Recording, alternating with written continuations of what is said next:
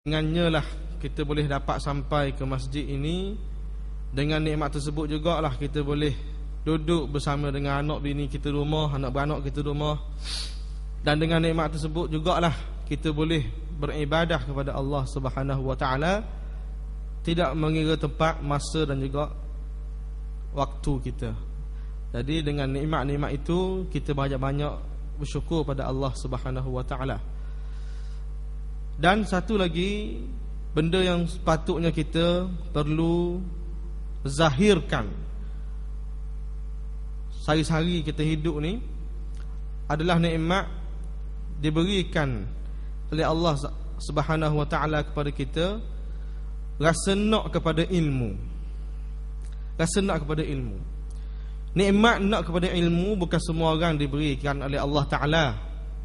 Kerana ada orang yang Allah Ta'ala nak beri kepada dia ilmu, tapi dia sendiri tak ambuh kepada ilmu.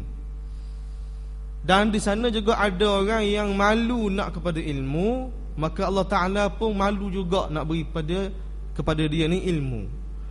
Dan kita pada hari ini yang duduk dalam masjid ni adalah dalam kalangan orang yang nak kepada ilmu. Sebab tu Allah Ta'ala nak beri kepada kita ilmu. Ini antara lain yang disebut oleh Nabi SAW ketika mana masa Nabi SAW sedang mengajar pada satu hari, Nabi tengok ada seorang lelaki datang lalu ke tempat majlis ilmu yang Nabi SAW sedang mengajar. Mari seorang lelaki, dia tengok kelipah-kelipah, dia pun pergi. Mari pula lelaki yang kedua, tengok Nabi duduk mengajar, dia pun duduk belakang tu. Duduk situ lah, tempat dia diri tu, dia duduk situ je. Mari pula lelaki yang ketiga, oh Nabi sedang mengajar ni. Bak pula, bak yang dia suka kamaknya, dia pun celah-celah minta lalu dah.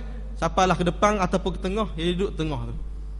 Lalu bila mana selesai daripada pengajian, Nabi SAW pun sebut pada sahabat yang ada di depan dia pada ketika itu, wahai sahabat-sahabat aku sekalian, tadi ada 3 orang mari di majlis kita ni.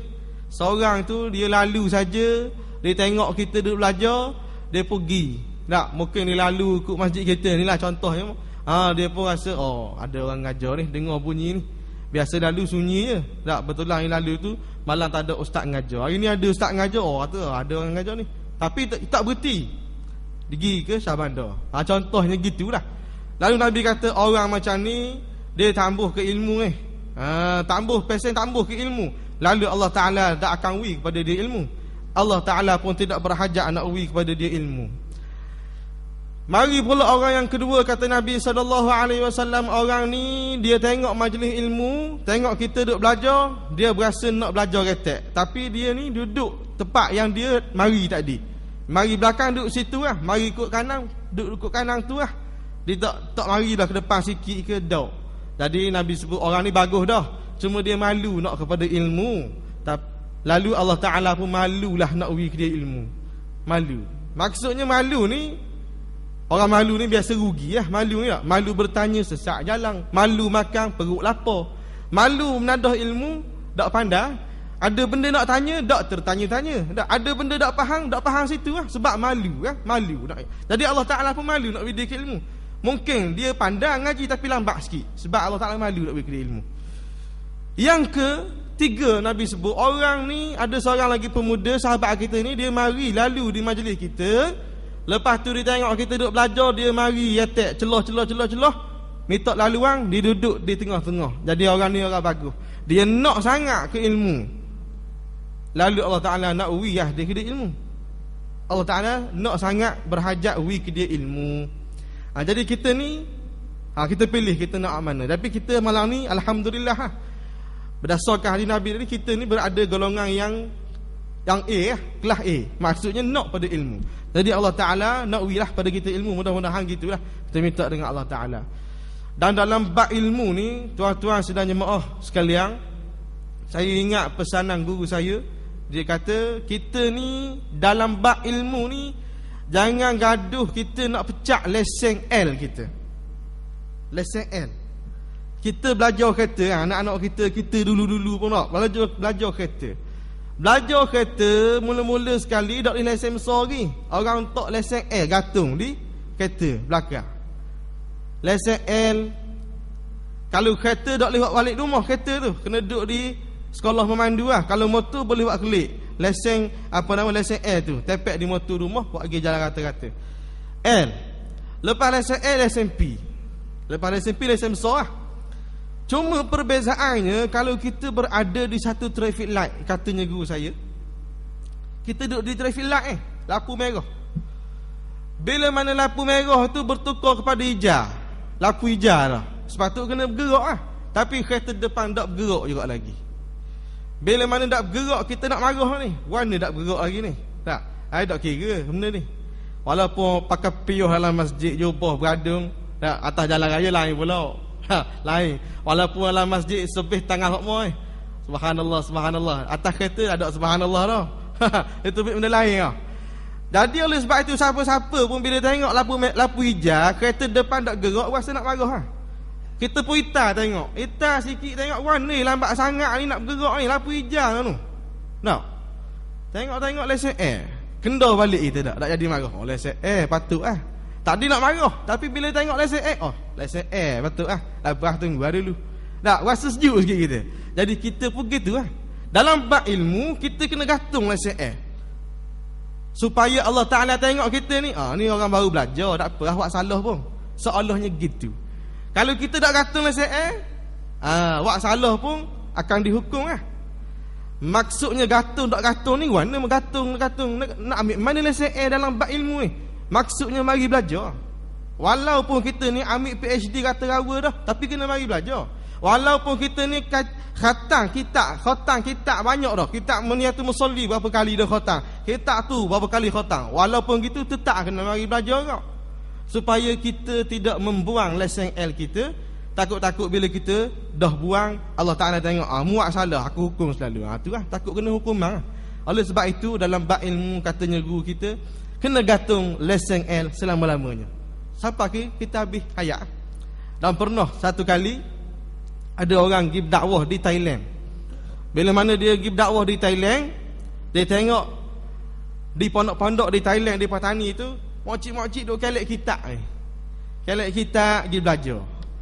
Jadi orang ni tanyalah dia, pendakwah ni, dah mana mokcik ni kelek kitab ni? Larat lagi nak pergi dengar, larat lagi nak pergi nadah, mata clear lagi ke tak? Tak.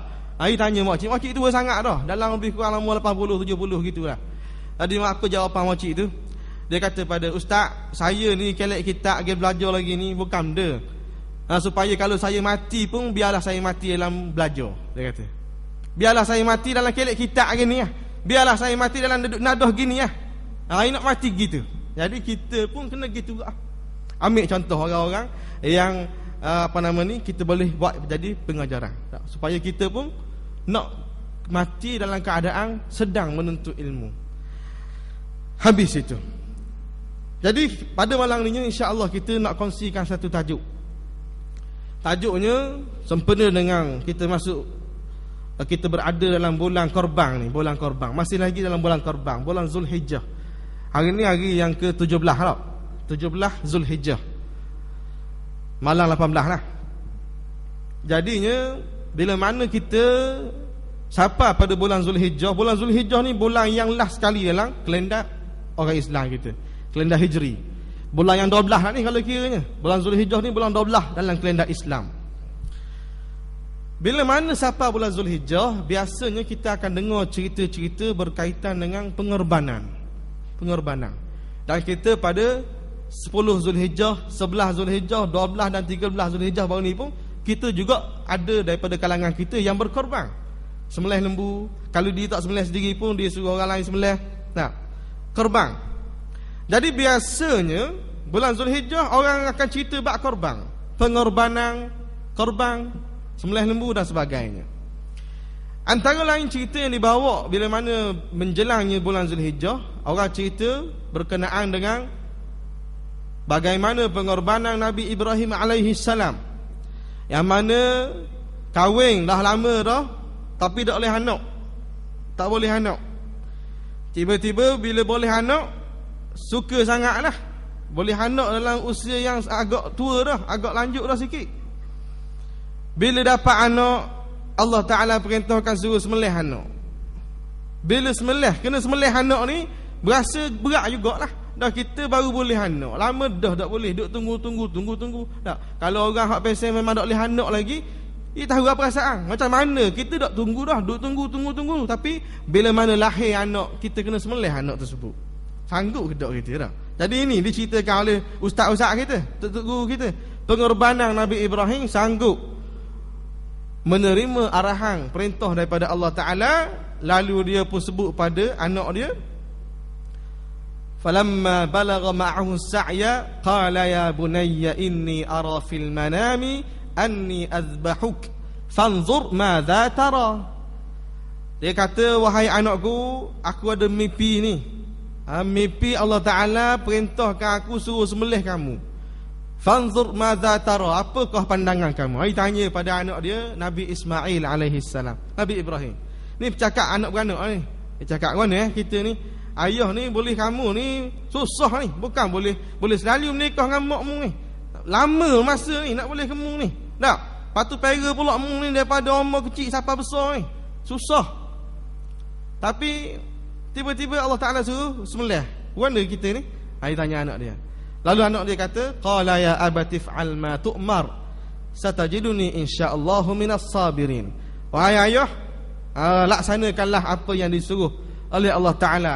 Kalaulah yang menyuruh tu Allah Ta'ala, laksanalah, tak ada masalah. Ini pengorbanan yang diceritakan oleh ustaz-ustaz kita hari tu. Begitu juga satu lagi pengorbanan yang biasanya diceritakan oleh ustaz-ustaz kita juga, tutup guru kita, penceramah-penceramah agama kita. Pengorbanan Siti Hajar alaihassalam.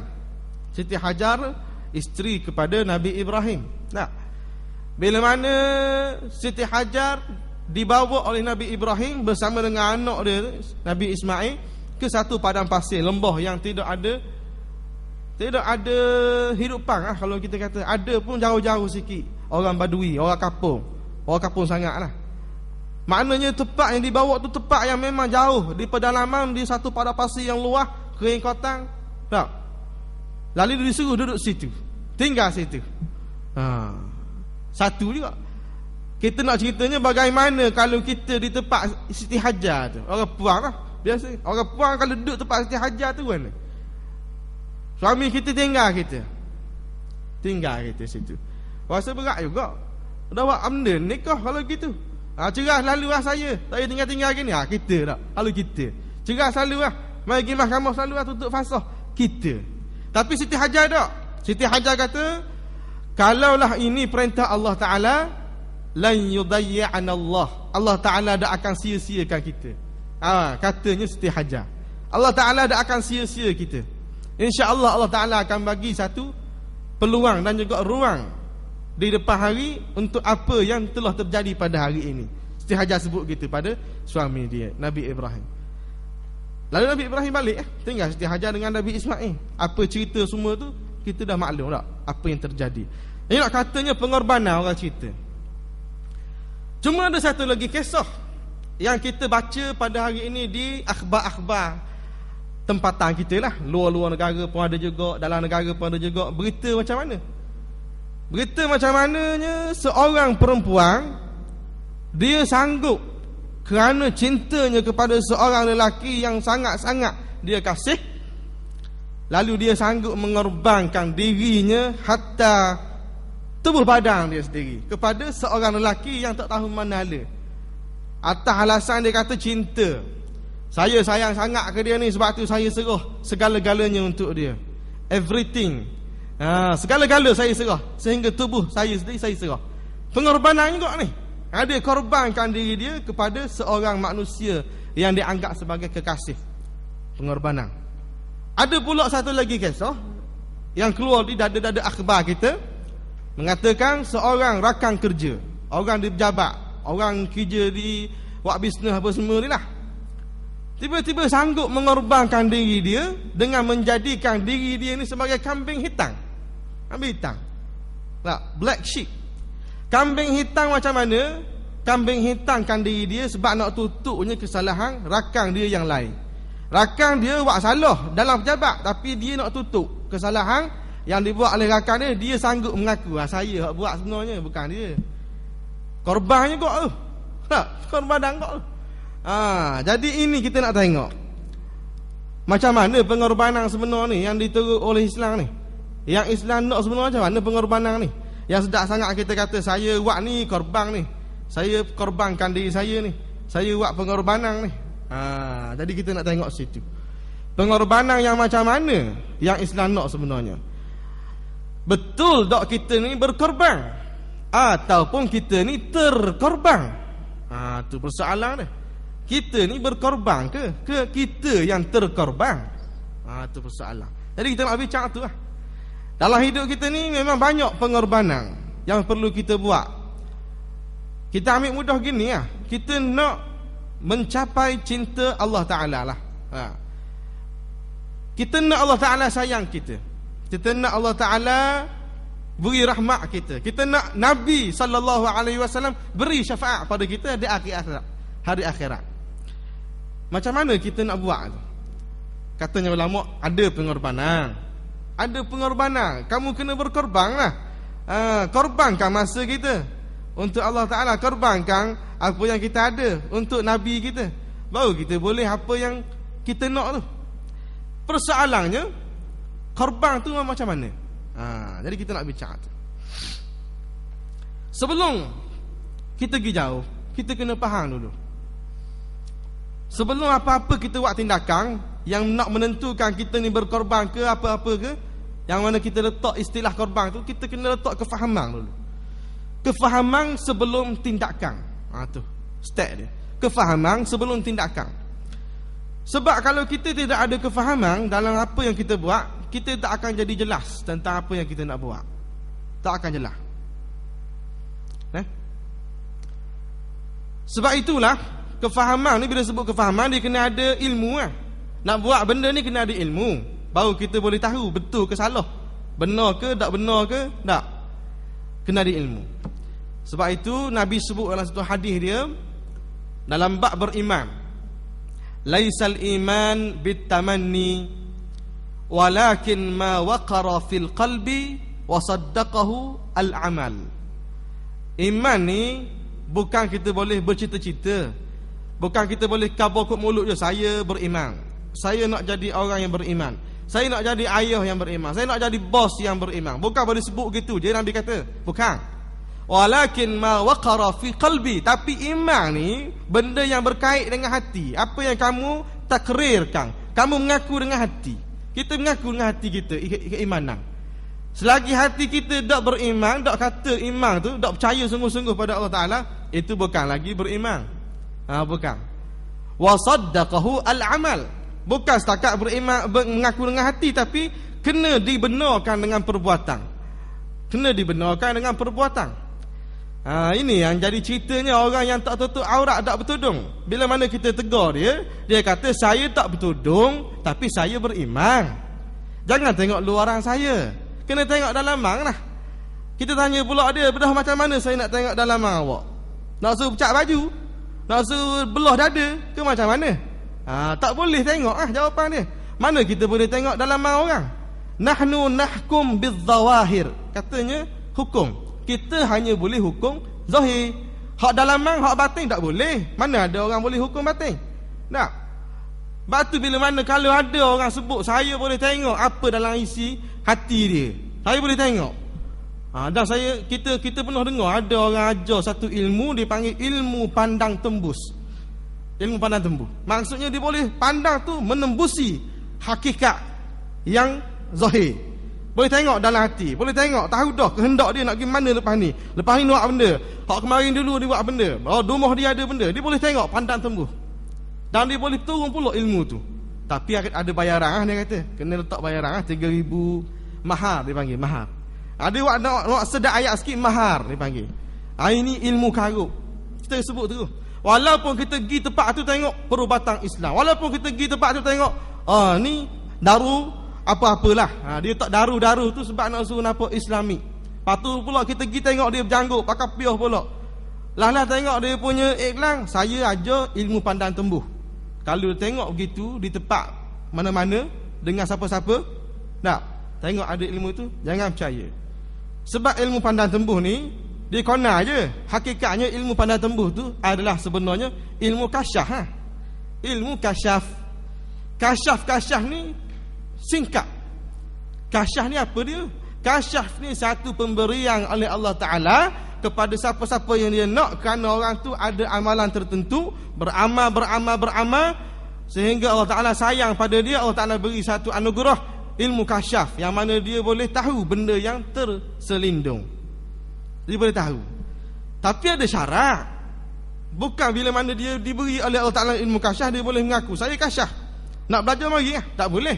Orang yang diberi ilmu kasyaf, kata ulama, dia tidak boleh mengaku dia kasyaf, dan dia tidak boleh mengajarkan ilmu itu pada orang lain, tak boleh. Untuk dia saja. Kalau dia tahu ada jin situ, tak boleh khabar ke orang. Ada jin situ, jangan pergi. Situ ada orang bunia, jangan. Tak boleh khabar. Itu disiplin dia. Kalau dia khabar, nandakan dia menawak. Kalau dia nak ajar, tak boleh. Itu disiplin dia. Nah, jadi nak katanya, benda dalam hati tak ada orang tahu. Jadi kalau ada orang cakap gitu, jangan tengok luaran saya, tengok dalaman. Dalaman saya beriman. Salah sebab Nabi sebut, walakin ma waqara fil qalbi wa saddaqahu al-amal. Akan tetapi keimanan itu apa yang dibenarkan dalam hati dan dibenarkan juga oleh perbuatan. Kalau dalam hati dia beriman dengan Allah Ta'ala, nescaya perbuatan dia mestilah turut perintah Allah Ta'ala. Kalau dalam hati dia betul-betul percaya Allah Ta'ala ni ada, Nabi ni ada, mesti dah dia akan ikut suruhan agama. Sembahyang, tutup aurat. Tak? Itu semua. Ni kalau tak tutup aurat tu menandakan ada masalah dengan hati. Itu. Senang je. Nabi dah bagi sipir. Lepas tu disebutkan oleh ulama, al-amal ni, perbuatan kita ni mana? Wal amalu la yakunu sahihan. Perbuatan kita tidak dikira betul-betul sahih. Tidak dikira betul-betul sahih. Betul. Perbuatan kita, aktiviti kita seharian tidak dikira betul-betul sahih, tepat, illa idza kana iradatahu bil ilm. Melainkan kalaulah perbuatan kita tersebut dipimpin oleh ilmu. Illa idza kana raiduhu bil ilmi. Melainkan amal perbuatan kita dipimpin, dipandu raiduhu bil ilmi, dengan ilmu. Ini nak sebutnya. Oleh sebab itu, kalau kita nak kata kita berkorban ke, nak buat pengorbanan, kita kena duduk sini dulu. Kena ada ilmu tentang benda yang kita nak buat tu. Yang jadi masalah hari ni, orang tak ada ilmu tapi nak berkorban. Orang tak ada ilmu tapi nak buat pengorbanan. Yang tu jadi salah buat pengorbanan tu. Akhirnya dia yang terkorban, bukan dia berkorban. Dia yang terkorban. Ni. Macam kita sebut tadi lah, cerita wanita yang sanggup menggadaikan tubuh, serah tubuh pada orang yang tak tahu mana dia. Tak. Serah tubuh. Dia ada ilmu tak pasal tu sebenarnya. Nak serah-serah tubuh ni boleh serah siapa-siapa je ke? Ke ada orang yang kita boleh serah, ada orang yang kita tak boleh nak serah? Ke ada gitu? Dia tahu tak gitu? Begitu juga dengan orang yang mengkambing hitamkan diri dia sendiri. Di mana-mana sekali lah. Biasa terjadi dalam bisnes, dalam tempat kerja lah. Dia tahu tak? Apakah hukum kita menyelindungkan kesalahan orang lain? Saya tutup aib dia tu. Saya tutup aib dia. Kan Nabi sebut kan, man satara musliman satarahu Allahu fil akhirah, satarahu Allahu fid dunya wal akhirah. Kalau siapa tutup aib saudara dia, Allah Taala akan tutup aib dia di dunia dan akhirat. Saya tutup aib dia, sebab tu saya mengaku. Dia kata gitu. Dia jawab, dia pandai kau jawab sebab main dengar majlis. Betul ke gitu? Tutup aib lain, tutup kesalahan lain pula. Kalau kesalahan tu kesalahan yang memang jelas ada orang lain tahu, itu tak panggil aib tu. Dia sendiri yang buka aib dia. Jadi apa kita tak kita tutup aib dia? Sebab dia buka. Melainkan kalau dia buat tu orang tak tahu, tapi kita je tahu. Tu baru kita kata tutup aib. Kita tak cerita pada orang lain. Dia tak faham situ. Hari pergi faham kot lain. Jadi dia tak kira tutup aib tu. Kalau jelas terang dah benda tu menyalahi undang-undang, menyalahi peraturan pejabat ke, menyalahi etika ke, jadi kita nak tutup dia kesalahan dia. Bahkan kalau kita betul-betul sayang dia sebagai seorang sahabat, kita kena cover benda yang betul kepada pihak yang betul, bukan pada pihak yang salah. Habis itu. Kadang-kadang bila kita buat pengorbanan ni, dia orang yang buat pengorbanan ni bukan calon-calon orang sebenarnya. Kalau kita kira lah, tak kisahlah dia buat pengorbanan tu salah ke betul ke, tapi bukan calon-calon. Maksudnya kalau kita berada di tempat dia, dalam keadaan kita ni berfikiran waras, rasional, kita tak akan buat macam dia. Tentu dah, kita tak akan buat macam dia. Melainkan orang ni mesti ada something ni, mesti ada benda ni, dia jadi buat juga benda ni. Macam Nabi Ibrahim tadi lah. Kalau kita berada di tempat Nabi Ibrahim, suruh sembelih anak, kita sembelih tak? Tak sembelih. Tak benda nak sembelih anak ni, bukan senang dapat tak? Macam kita buat dia. Apa benda nak sembelih ni? Tapi sebab apa Nabi Ibrahim sembelih? Sebab dia ada benda lah. Dalam kepala dia, minda dia masa tu bukan lagi dia nak melainkan dia nak hanya satu je, dia kata. Cinta Allah je. Jadi apa-apa saja yang menuju kepada cinta Allah, saya sanggup buat. Begitu juga di batang tubuh anak dia, Nabi Ismail. Nabi Ismail pun sebut gitu juga, kalau Allah Ta'ala suruh gini, kena buat lah. Sebab kita nak cinta dia. Sebab tu dia jadi buat tu. Jadi nak, bila mana minda kita ni telah ada satu rangsangan lain. Kalau kita biasa-biasa gini, kita tak akan buat. Macam juga orang yang menyerahkan tubuh tadi, wanita. Kalau kita duduk tempat dia tak? Kita lah, orang puan duduk tempat dia, adakah kita nak serah dalam masjid ni? Ambil lah, siapa-siapa nak ambil saya, ambil lah. Saya sanggup serah tubuh saya. Tak ada. Bahkan kalau orang mengaku gitu, kita cah dia, tak betul tak betul, kita cah gitu tak? Maksudnya mesti dah orang tu ada benda ni dalam kepala dia, jadi nak serah tubuh tu buat apa? Sebab cinta saya pada dia. Dia kata jadi gitu. Kerana minda dia telah ada rangsangan lain.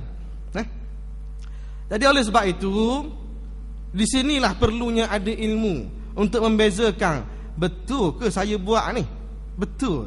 Tu. Jadi kalau orang tidak ada ilmu di sini, maka out lah dia. Dia akan keluar ikut apa dia nak buat. Sebab itulah dalam satu ayat Quran Allah Ta'ala ada sebut dalam surah Al-Baqarah.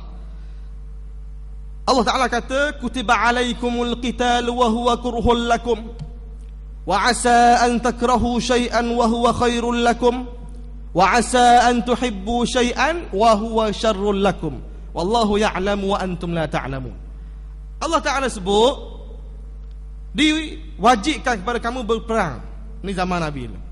Tapi berperang ni mungkin bagi kamu tak suka berperang. Tapi di sebalik hikmah tu ada kebaikan bagi kamu. Wa huwa khairul lakum.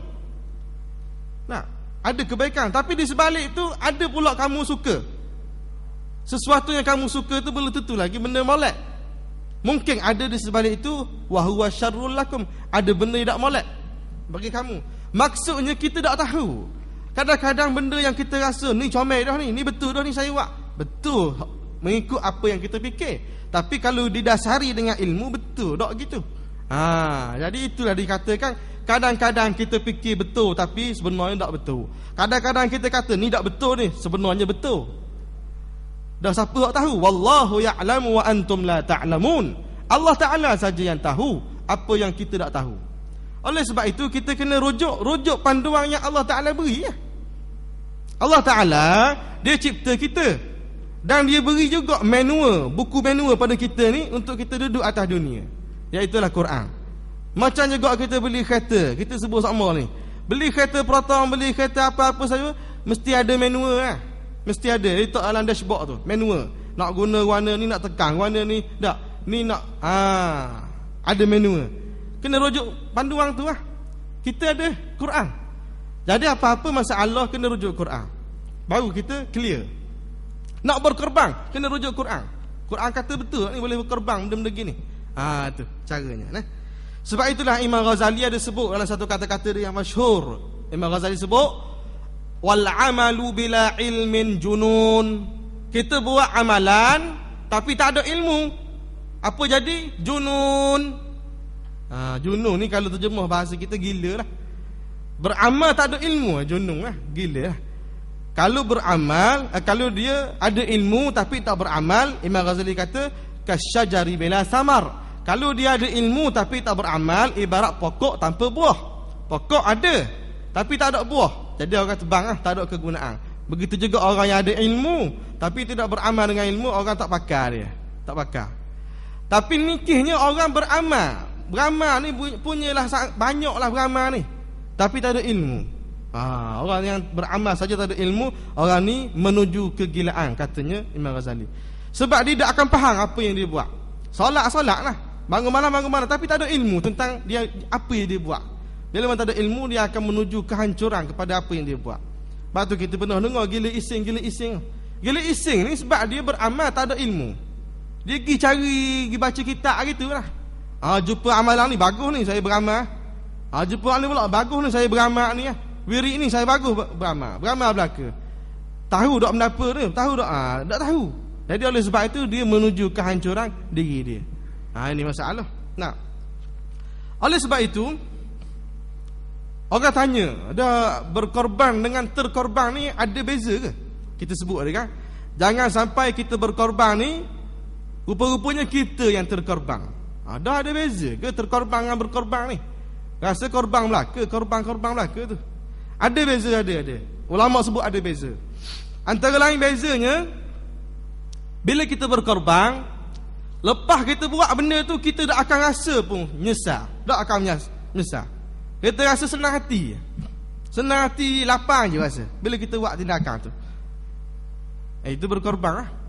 Kita wipitih ke orang, kita rasa, lepas aku dapat syurga lah, aku ada sahanah di syurga tu. Kita rasa lapang. Tapi kalau kita ni buat benda, lepas buat tu kita rasa bersalahnya lah saya, rasa keluh kesah, rasa serabutnya lah hidup ni. Itu bukan berkorban lah tu, awak yang terkorban. Itu perbezaan dia. Macam tadilah orang yang serah tubuh dia pada orang yang tidak ditahu apa, mana background dia apa semua, tiba-tiba serah. Bila lepas pada dia buat perbuatan tersebut, nescaya akan timbul dalam hati dia rasa kesal lah. Dah perut boyah dah, ngandung, tak ada ayah, apa nak buat, pitih tak ada, kerja tak ada, menyesal. Banyak benda dia mikir, menyesal. Begitu juga orang yang tutup kesalahan kawan dia tadi, jadi kambing hitam, menyesal. Sebab dia kata disebabkan ni lah saya kena buang kerja. Padahal bukan dia buat salah, orang lain buat salah, dia mengaku. Yang dia mengaku tu buat apa? Jadi sebab tu kita kata kena ada ilmu. Kalau tidak, kita akan terkorban, kita akan menyesal apa yang kita buat. Jadi itu bezanya terkorban dengan berkorban.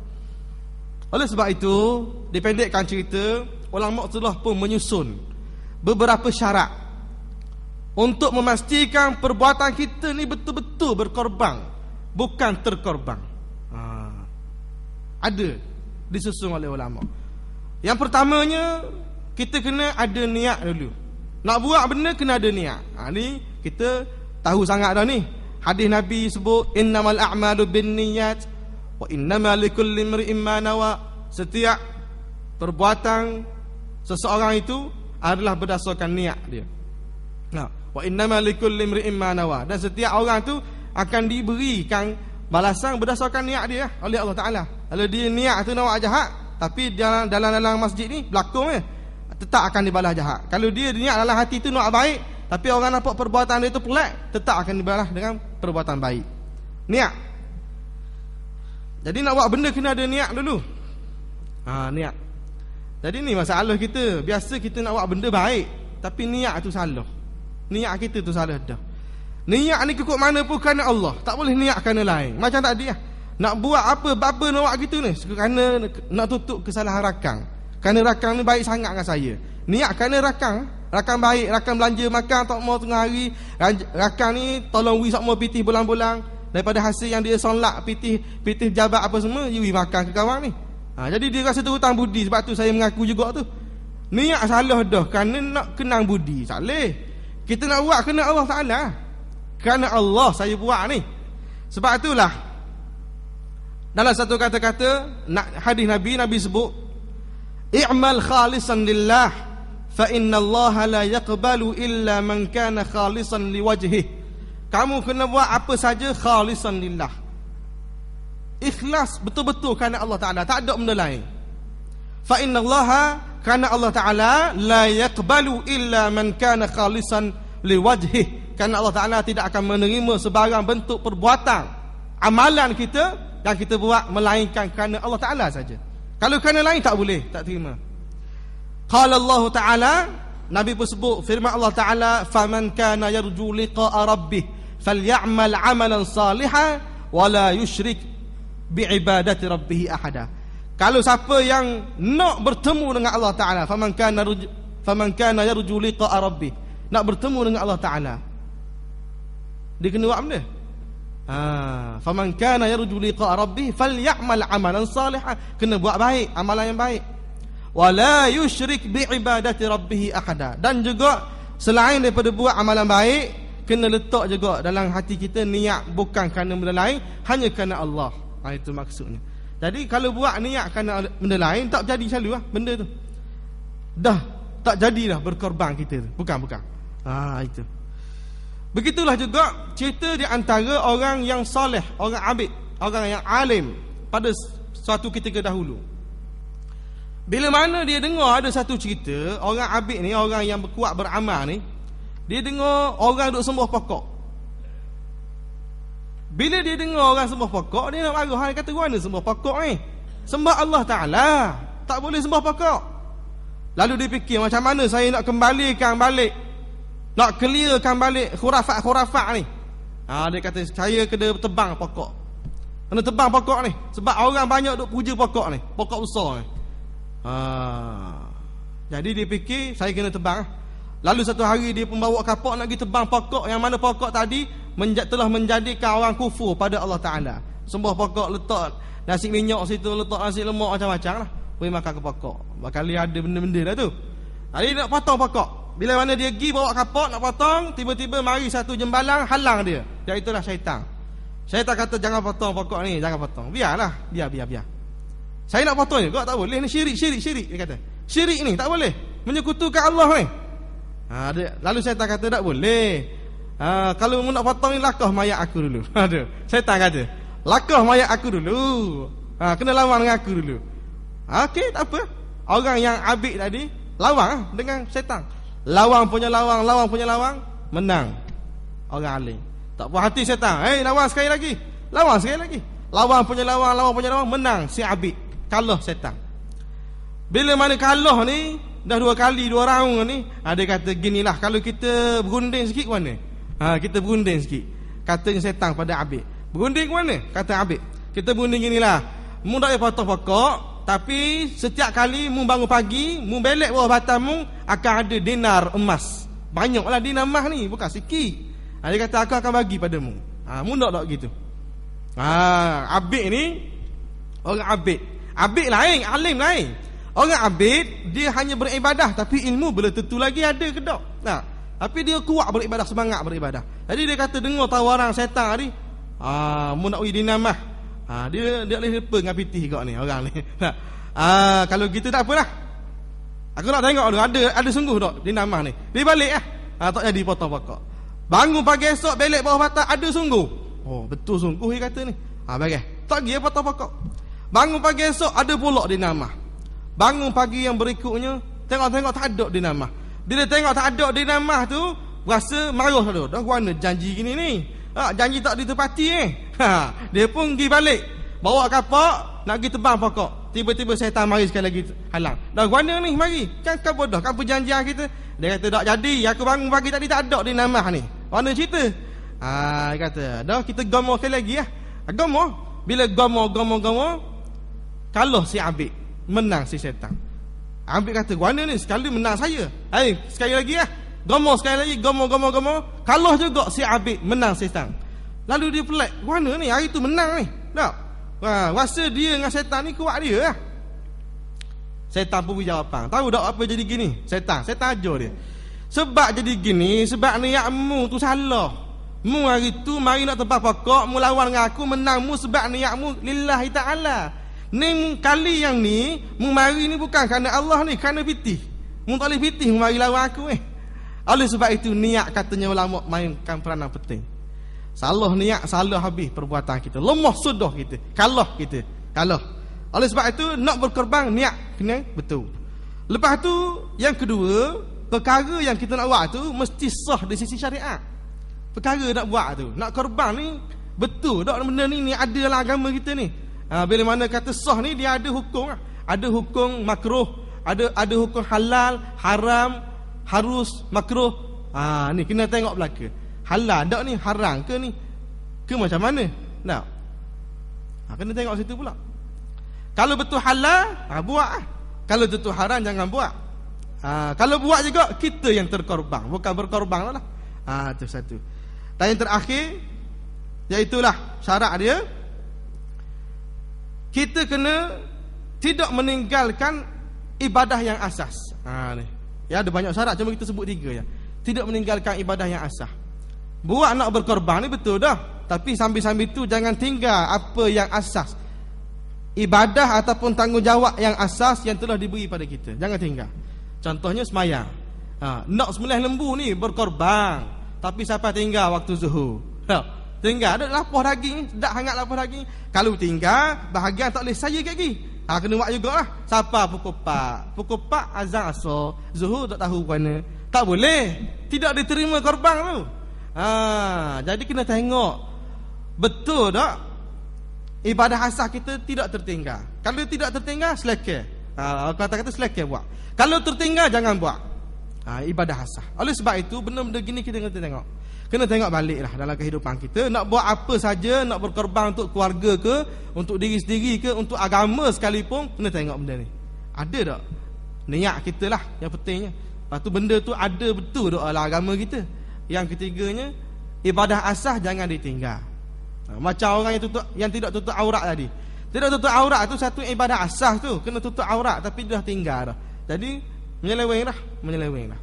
Oleh sebab itu kita pakat nasihatlah pada anak-anak kita, rumah kita, warga-warga kita, supaya kita dalam kita nak buat apa-apa saja dalam hidup ni, tengok dulu. Jangan gaduh nak buat. Supaya kita ni betul-betul dianggap berkorban, bukan kita yang terkorban. Wallahu ta'ala a'lam. Aqulu qawli hadza wa astaghfirullahal azim li wa lakum. Assalamualaikum warahmatullahi wabarakatuh.